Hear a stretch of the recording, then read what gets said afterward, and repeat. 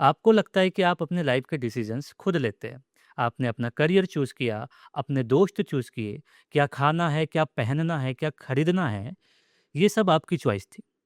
लेकिन क्या कभी आपने सोचा है कि ये चॉइसेस आई कहाँ से? फॉर एग्ज़ाम्पल करियर ही ले लो। यदि आप एक इंडियन फैमिली में बड़े हुए हैं, तो 18 की एज में आपके पास क्या करियर ऑप्शंस थे? Doctor, engineer, government job, CA या एमबीए।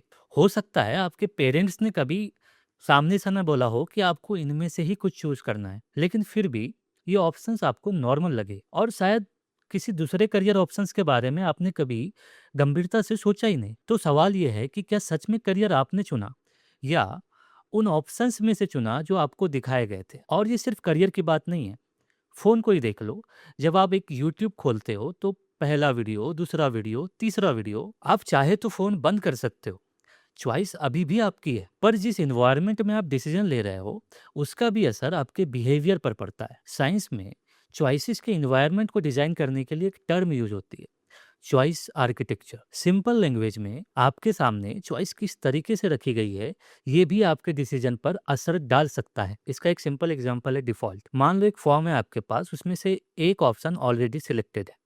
आप चाहे तो ऑप्शन चेंज कर सकते हैं, पर यदि आपने कुछ भी चूज नहीं किया तो वो ऑटोमेटिकली सिलेक्ट हो जाएगा। अब रिसर्चर ने ये टेस्ट करने के लिए स्टूडेंट लोन्स के साथ ये एक एक्सपेरिमेंट किया। कुछ स्टूडेंट्स के फॉर्म में लोन लेना पहले से डिफॉल्ट सिलेक्टेड था, कुछ में लोन ना लेना सिलेक्टेड था और कुछ में कोई ऑप्शन सिलेक्ट नहीं था। तो उनके पास ऑप्शंस पूरे अवेलेबल थे, बस स्टार्टिंग पॉइंट अलग था। और जब स्टार्टिंग पॉइंट बदला तो स्टूडेंट्स के लोन लेने का डिसीजन भी बदल गया। लोन ना लेना पहले से सिलेक्टेड होने पर स्टूडेंट ने डिफॉल्ट लोन सिलेक्ट करने की प्रोबेबिलिटी लगभग 5% से कम कर दी। यानी हम सिर्फ ये नहीं देखते कि हमारे सामने क्या क्या ऑप्शंस है, बल्कि ये भी मैटर करता है कि स्टार्टिंग पॉइंट क्या है। और कभी कभी किसी चॉइस को इन्फ्लुएंस करने के लिए डिफॉल्ट की जरूरत नहीं होती, बस आप उसे थोड़ा इजी या डिफिकल्ट बना दो। आपने नोटिस किया होगा कि किसी सर्विस को सब्सक्राइब करना वन क्लिक में हो जाता है, लेकिन यदि आपको कैंसिल करना है तो वहाँ मल्टीपल ऑप्शंस होते हैं। जैसे पहले सेटिंग, फिर हेल्प, फिर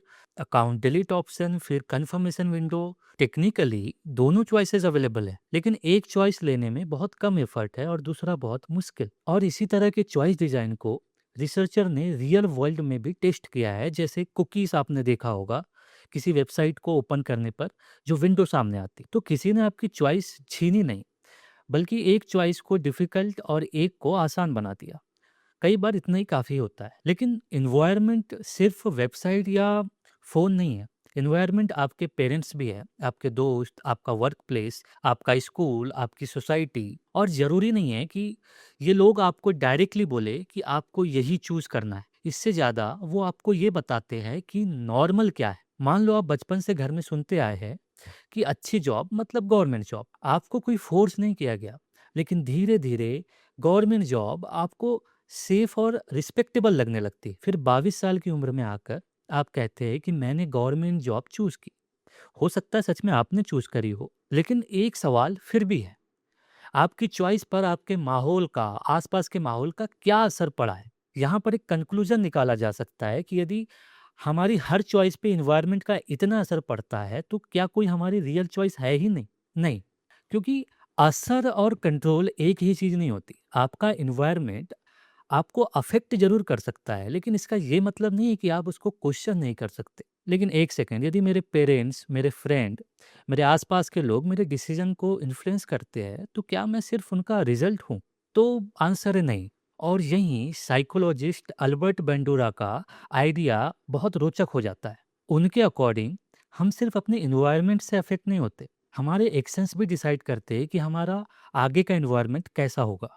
आप जिस एनवायरनमेंट में भी रहते हो, उसने आपको ज़रूर अफ़ेक्ट किया है, लेकिन आपके एक्शंस डिसाइड करेंगे कि आगे चल के आप किस तरीके के एनवायरनमेंट में रहने वाले हो, किन लोगों के साथ रहोगे, क्या सीखोगे, क्या कंज़्यूम करोगे, ये आपके एक्शंस डिसाइड करेंगे। तो हम सिर्फ एनवायरनमेंट के प्रोडक्ट नहीं हैं, बल्कि हम एनवायरनमेंट का ए अगला वर्ज़न भी तैयार कर सकते हैं। और ये डिफ़रेंस बहुत इम्पोर्टेंट है। अब यहाँ एक बहुत रोचक सवाल आता है कि यदि हम बस लोगों को वैसा ही छोड़ दें, तो क्या वो खुद से डिसीजन लेंगे? तो इसके लिए एक टेस्ट किया गया यूएसए में रिटायरमेंट प्लान के ऊपर। एक ग्रुप के एम्प्लॉयज़ को एक सिस्टम दिया गया। यदि वो कुछ भी ना करते तो रिटायरमेंट प्लान में ऑटोमेटिकली इनरोल नहीं हो पाते। दूसरे ग्रुप को कहा गया कि आपको एक्टिवली डिसाइड करना है कि प्लान सिलेक्ट करें या ना करें, और जो रिजल्ट था वो बड़ा रोचक था। जिनको एक्टिवली सिलेक्ट करने कहा गया था उनमें इनरोलमेंट का परसेंटेज 28% ज़्यादा था। मतलब लोगों को सेविंग करने में प्रॉब्लम नहीं थी, बल्कि वो डिसीजन नहीं ले रहे थे। और आज जैसे ही इन्वायरमेंट ने उनको चूज करने में मजबूर किया, उनका डिसीजन बदल गया। तो इन्वायरमेंट सिर्फ हमारे डिसीजन को इन्फ्लुएंस नहीं करता, बल्कि कभी-कभी ये भी डिसाइड करता है कि क्या हम एक्टिवली सोचेंगे या फिर अपने डिफ़ॉल्ट है उसको फॉलो करने लग जाएँगे। तो सवाल ये नहीं है कि मेरी लाइफ में कितना परसेंट मेरी चॉइस है, क्योंकि ऑनेस्टली इसका कोई फिक्स्ड परसेंटेज नहीं है, बल्कि बेटर क्वेश्चन ये है कि मेरी चॉइसेस पर असर किस चीज़ का है? मेरे एनवायरनमेंट का, मेरे पेरेंट्स का, मेरे दोस्तों का, या बस ये फैक्ट कि मेरे आसपास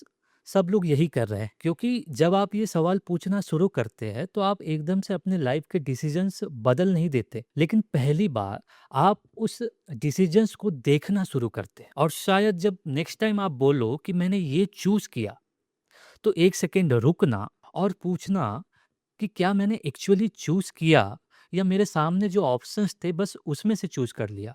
may be the moment you question your choices is the moment they become yours.